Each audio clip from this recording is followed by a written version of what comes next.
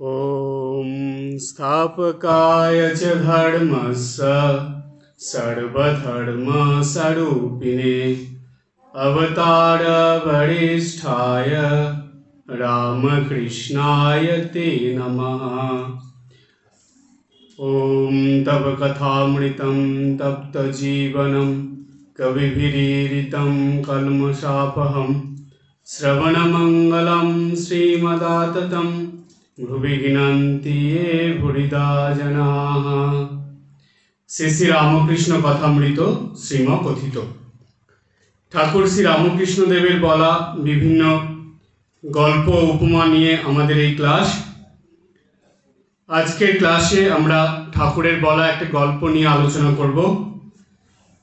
ঠাকুর শ্রী রামকৃষ্ণ দেব শাস্ত্রের কঠিন কঠিন তত্ত্বগুলো কখনো বিভিন্ন রকম উপমা বা উদাহরণের সাহায্যে, কখনো বা গল্পের দ্বারা সহজভাবে ভক্তদের কাছে তুলে ধরতেন বা ভক্তদেরকে বুঝিয়ে দিতেন। তো 1884 সালের 26শে অক্টোবর ঠাকুর দক্ষিণেশ্বরে আছেন। মনমোহন, হৃদয়, মহিমাচরণ প্রভৃতি ভক্তরাও সেখানে উপস্থিত। ঠাকুর ভক্ত সঙ্গে রয়েছেন, ভগবত প্রসঙ্গ হচ্ছে। সেইখানে একজন ভক্ত ঠাকুরকে জিজ্ঞেস করলেন, একজন ভক্ত, রামের ইচ্ছা গল্পটি কি? ঠাকুর তার কথা শুনে তখন রামের ইচ্ছে গল্পটি বলছেন। ঠাকুর বলছেন, শ্রীরামকৃষ্ণ, কোনো এক গ্রামে একটি তাঁতি থাকে, বড় ধার্মিক, সকলেই তাকে বিশ্বাস করে আর ভালোবাসে। তাঁতি হাটে গিয়ে কাপড় বিক্রি করে। খরিদ্দার দাম জিজ্ঞাসা করলে বলে, রামের ইচ্ছা সুতোর দাম 1 টাকা, রামের ইচ্ছা মেহনতের দাম 4 আনা, রামের ইচ্ছা মুনাফা 2 আনা, কাপড়ের দাম রামের ইচ্ছা 1 টাকা 6 আনা। লোকের এতে বিশ্বাস যে তৎক্ষণাৎ দাম ফেলে দিয়ে কাপড় নিত। লোকটি ভারী ভক্ত। রাত্রিতে খাওয়া দাওয়ার পরে অনেকক্ষণ চণ্ডীমণ্ডপে বসে ঈশ্বর চিন্তা করে আর নাম গুণকীর্তন করে। একদিন অনেক রাত হয়েছে, লোকটির ঘুম হচ্ছে না, বসে আছে, একবার তামাক খাচ্ছে। এমন সময় সেই পথ দিয়ে একদল ডাকাত ডাকাতি করে যাচ্ছে।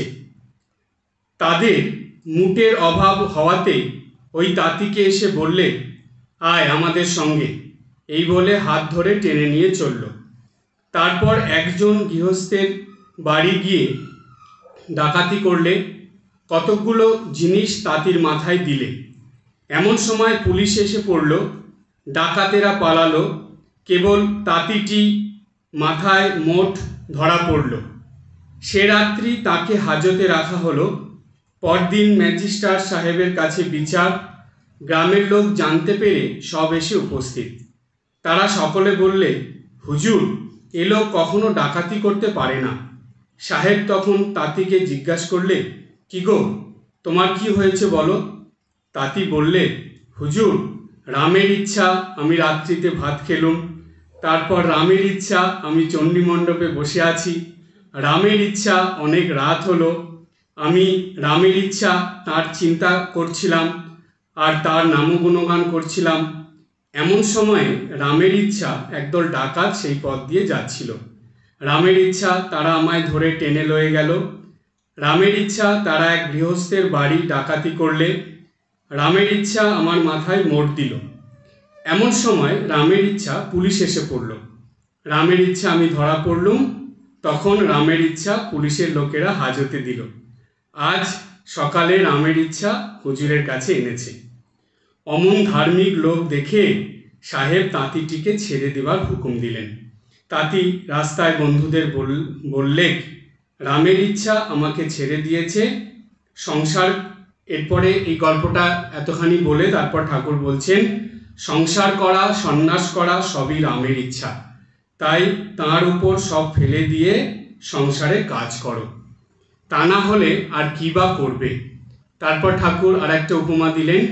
একজন কেরানি জেল গিয়েছিল, জেল খাটা শেষ হলে সে জেল থেকে বেরিয়ে এলো। এখন জেল থেকে এসে সে কি কেবল ধেই ধেই করে নাচবে, না কেরানিগিরি করবে? সংসারী যদি জীবনমুক্ত হয়, সে মনে করলে অনায়াসে সংসারে থাকতে পারে। যার জ্ঞান লাভ হয়েছে তার এখান সেখান নাই, তার সব সমান। যার সেখান আছে তার এখানেও আছে। এই যতটুকু অংশ কথামৃত থেকে পড়া হলো, এর মধ্যে আমরা ঠাকুরের বলা একটি গল্প পেলাম এবং তার সঙ্গে একটা ছোট্ট উপমাও পেলাম এবং কিছু খুবই প্রয়োজনীয় এবং গুরুত্বপূর্ণ কথা এখানে পাওয়া গেল। এই গল্পটা আমাদের প্রায় সকলেরই জানা, কিন্তু গল্পটা থেকে যে শিক্ষা ঠাকুর কি বোঝাতে চেয়েছেন গল্পটা দিয়ে, এই গল্পটার শিক্ষাটা আমরা তিনভাবে ব্যাখ্যা করতে পারি। প্রথম ব্যাখ্যা, ঠাকুরের একটা কথা আছে, ঠাকুর বলছেন যে মানুষ পেট ভরে যেটা খায় তারই ঢেকর তোলে। উদাহরণ হিসাবে ঠাকুর বললেন মূলোর কথা। পেট ভরে মূলো খেলে যখন ঢেকর ওঠে তখন মূলোরই ঢেকর ওঠে। ঠিক তেমনি এই তাঁতি এত ধার্মিক ছিল যে তার মনের ভিতরে শুধু রামের চিন্তা, রামের স্মরণ মনন এবং রামের কথায় তাঁতিটার মন প্রাণ ভর্তি ছিল। তাই যখনই তার মুখ দিয়ে কথা বেরোচ্ছে তখন সে রামের নামটাই আগে করছে, রামের ইচ্ছা বলে সব কথা সে বলছে। অর্থাৎ তার মনের ভিতরে এই রামের ইচ্ছাটা এমনভাবে ভরে রয়েছে যে সে রামের ইচ্ছা ছাড়া কিছু বলতেই পারছে না, যে কোনো কথাতেই রামের ইচ্ছা। এটা হলো একরকম ব্যাখ্যা। দ্বিতীয় ব্যাখ্যা কি? দ্বিতীয় ব্যাখ্যা হলো যে দেখবেন আমরা যখন কোনো কিছু বারবার বলতে থাকি সেটা আমাদের মনের ভিতরে গেঁথে যায়, সেই ভাবনাটা মনের ভিতরে চলে আসে এবং সেটা আমাদের অভ্যাসে পরিণত হয়ে যায়। তাই যেহেতু তাঁতি ধার্মিক লোক ছিলেন, তাই তিনি বারবার এই কথা বলছিলেন বা এই কথা উচ্চারণের মধ্যে দিয়ে তিনি তার সেই ভিতরের যে ভাব সেটাই প্রকাশ করছিলেন এবং সেটা তার মনে প্রাণে গেঁথে গিয়েছিল, যার ফলে তিনি বারবার সেটা উচ্চারণ করছিলেন। তৃতীয় ব্যাখ্যা। তৃতীয় ব্যাখ্যা কি? তৃতীয় ব্যাখ্যায় আসি, এটা সাইকোলজির কথা। সেইখানে আছে যে আমাদের যখন কোনো কথা মুখ দিয়ে বেরোয়, প্রত্যেকটা মানুষ দুবার করে কথা বলে। কথাটা শুনলে একটু অবাক লাগবে, দুবার করে কথা বলে। হ্যাঁ, প্রথমে সেই মানুষটা সেই কথাটা তার মনের ভিতরে বলে, মনের ভিতরের কথাটা তার মুখ দিয়ে বেরিয়ে আসে। তার মানে একবার মনে কথা হয় আর তারপরে সেটা মুখ দিয়ে বাইরে বেরিয়ে আসে। সুতরাং এই যে তাঁতি বারবার এই কথাটা বলছে রামের ইচ্ছা রামের ইচ্ছা, তার মানে এর মনে এই কথাটা বারবার চলছে, এটা মনের ভিতরে গেঁথে আছে। আর এই কথাটা বারবার মনে আসছে দেখেই সেটা তার মুখ দিয়ে বাইরে বেরিয়ে আসছে। এবং এর ফলে অনেকে ভাববে যে সে হয়তো ইচ্ছা করে বলছে, কিন্তু এমনও হতে পারে সে ধার্মিক লোক, তার মুখ দিয়ে এটা বেরোচ্ছে যে তার অভ্যাসে পরিণত হয়ে গেছে, সে রামের ইচ্ছা ছাড়া আর কিছু ভাবতেই পারছে না বা চিন্তা করতেই পারছে না, তাই সব কিছুতেই সে রামের ইচ্ছা দেখতে পাচ্ছে। যেমন স্বামী বিবেকানন্দর একটা স্বভাব ছিল, আমরা পাই স্বামীজির কথা মানে জীবনীর মধ্যে, স্বামীজি কিন্তু বারবার শিব শিব শিব বলতেন। এই কথাটা স্বামীজির জীবনীর মধ্যে আমরা পেয়েছি। তো এই যে শিব শিব বলা, এটা কি স্বামীজির ভিতরের ভাবটা স্বামীজি বাইরে বের করতেন। তো সুতরাং দেখবেন অনেক মানুষই আছে যারা নাকি কোনো একটা দেবদেবীর নাম বারবার উচ্চারণ করতে থাকে, সব কিছুতেই সেটা সে বলে। যেমন আমি দেখেছিলাম যে একজন বয়স্ক মানুষ, সে বারে বারে নারায়ণ নারায়ণ বলতো, যে কোনো কিছুতেই খালি নারায়ণ নারায়ণ উচ্চারণ করত। অর্থাৎ এগুলো তাদের মনের ভেতর থেকেই আসে এবং এটা অভ্যাসে পরিণত করে নিয়েছে। এইবার দেখুন, বারবার একটা জিনিস বললে সেটা মনের ভিতরে এমন প্রভাব ফেলে, জানবেন এই কথার কিন্তু ভীষণ শক্তি। এই কথার শক্তিতেই দেখবেন আমাদের মনের ভাব পরিবর্তন হয়। যখন প্র্যাকটিক্যালি আপনারা দেখবেন যখন খারাপ কথা হয়, তখন খারাপ কথা শুনলেই মনের ভাব যে পরিবর্তন হয় সেটা মুখে চোখে প্রকাশ পায়, সেটা মুখের মধ্যে ফুটে ওঠে। আবার ভালো কথা শুনলে মনের ভাব যে পরিবর্তন হয় সেটাও তার চেহারা দেখেই বোঝা যায়, এটাও মুখের উপরে ফুটে ওঠে। তাই বলা হয় যে কথার কিন্তু ভীষণ শক্তি। এই যে কথাটা বারবার বলা হচ্ছে, এর একটা প্রভাব কিন্তু মনের উপরে পড়ে এবং সেটাই বাইরে প্রকাশিত হয়। তো এই যে তাঁতিটা, তার এই কথা শুনে দেখুন স্বয়ং ম্যাজিস্ট্রেট সাহেব তিনি বুঝে গেলেন যে এই কথার দ্বারা তার মনের ভাবটা কি, সেই লোকটা কেমন, সেটা বুঝে নিয়ে তাকে কিন্তু তিনি ছেড়ে দিলেন। এখানে আছে যে অমন ধার্মিক লোক দেখে সাহেব তাঁতিটিকে ছেড়ে দেবার হুকুম দিলেন। অর্থাৎ তার সম্বন্ধে আর কোনো বিচারেই গেলেন না। তার ধর্মের যে ভাবটা সেটা তার চেহারায়, তার কথার মধ্যে প্রকাশ পেল, সেটা বুঝতে পারলেন, তখন তাকে সাহেব ছেড়ে দিলেন। এরপরে তাঁতি তখন এসে তার বন্ধুদের কাছে সব রামের ইচ্ছা বলে বলল। এই পর্যন্ত বলে ঠাকুর তখন বলছেন, সংসার করা, সন্ন্যাস করা সবই রামের ইচ্ছা। এখানে রামের ইচ্ছা মানে ঈশ্বরের ইচ্ছা। তা সংসার করা সেটাও যেমন ঈশ্বরের ইচ্ছা, আবার সন্ন্যাস জীবন যাপন করা সেটাও ঈশ্বরের ইচ্ছা। তাই তার উপর সব ফেলে দিয়ে সংসারের কাজ করো।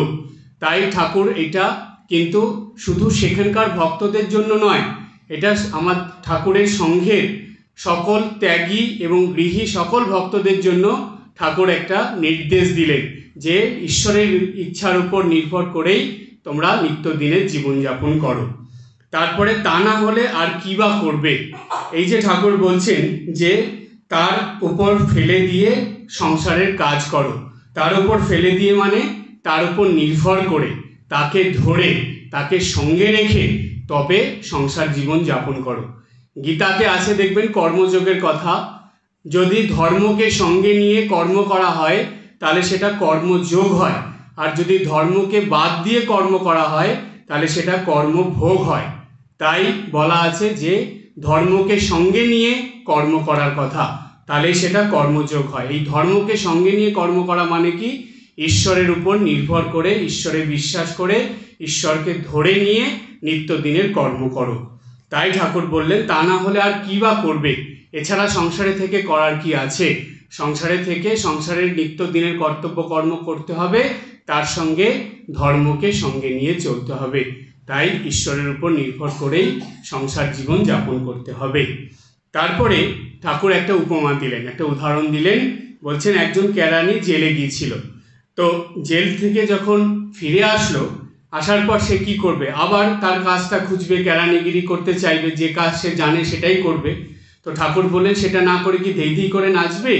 তার মানে কি, সংসারে আছো তো সংসারে যখন ঈশ্বরকে নিয়ে চলতে হবে, ঈশ্বরকে ধরে থেকেই তুমি সংসার করো।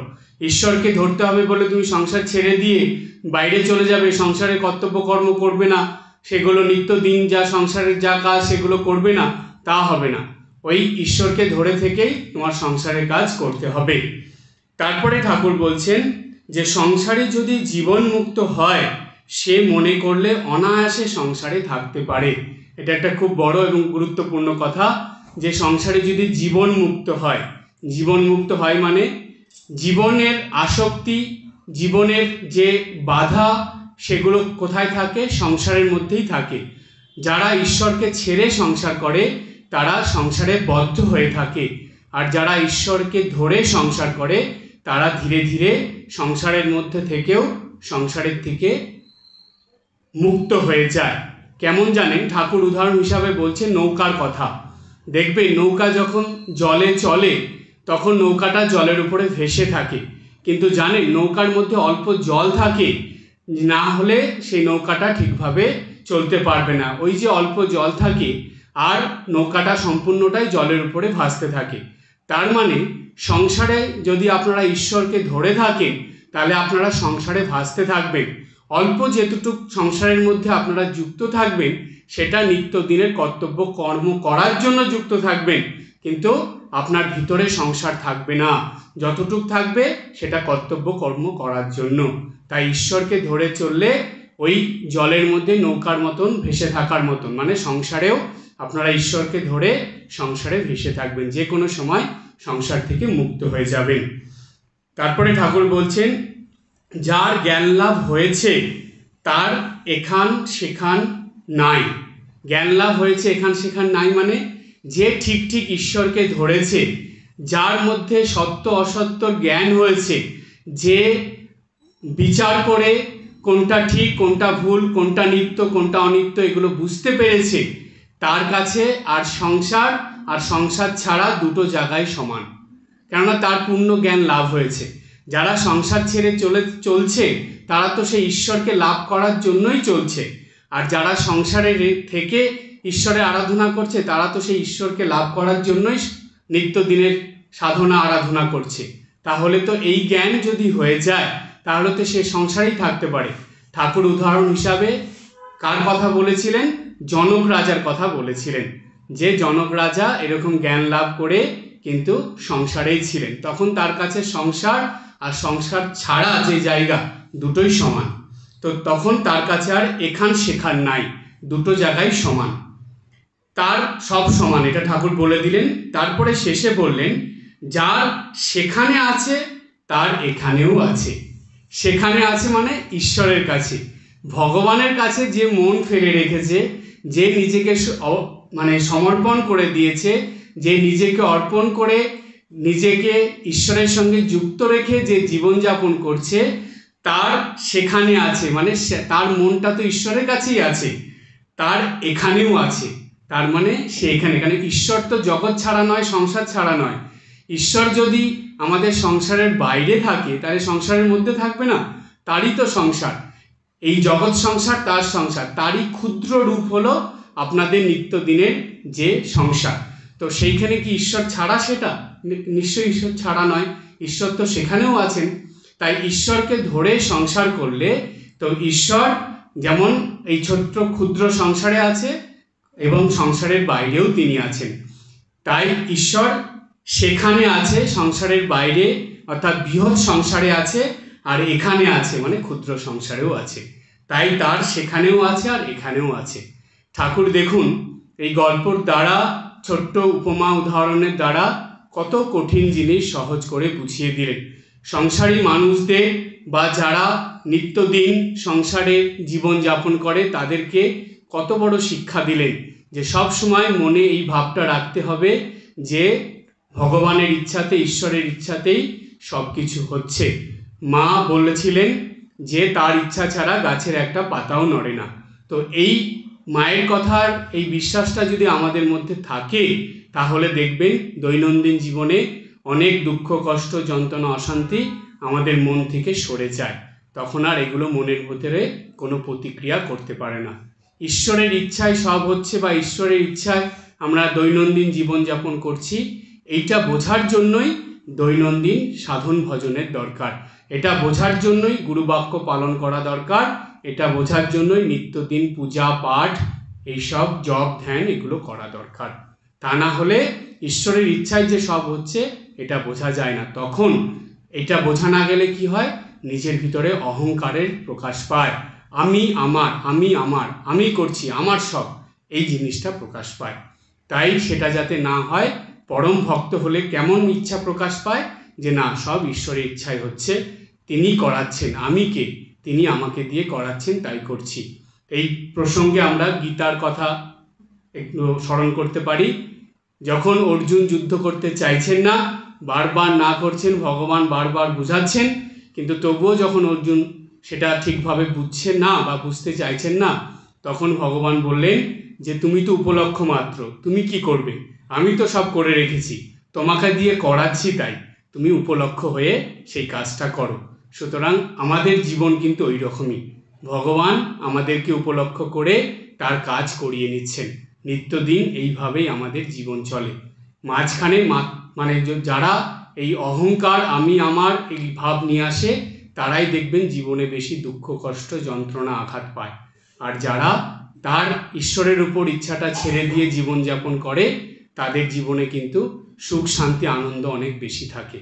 তাই ঠাকুর এই গল্পের দ্বারা একটা মূল্যবান এবং গুরুত্বপূর্ণ শিক্ষা দিলেন, যেটা সব সময় মনে রেখে চলার জন্য, যে মানুষের ইচ্ছায় কিছু হয় না, যা হয় সব ঈশ্বরের ইচ্ছাই হয়, কারণ তারই জগৎ, তার জগৎ তার ইচ্ছাতেই চলছে। আজ এই পর্যন্ত। সবাই ভালো থাকবেন, হাসি খুশি আনন্দে থাকবেন। ওম জননীং শারদাম দেবীম রামকৃষ্ণম জগদ্গুরুম পাদপদ্মে তয়ো শ্রিত্বা প্রণমামি মুহুর্মুহুঃ।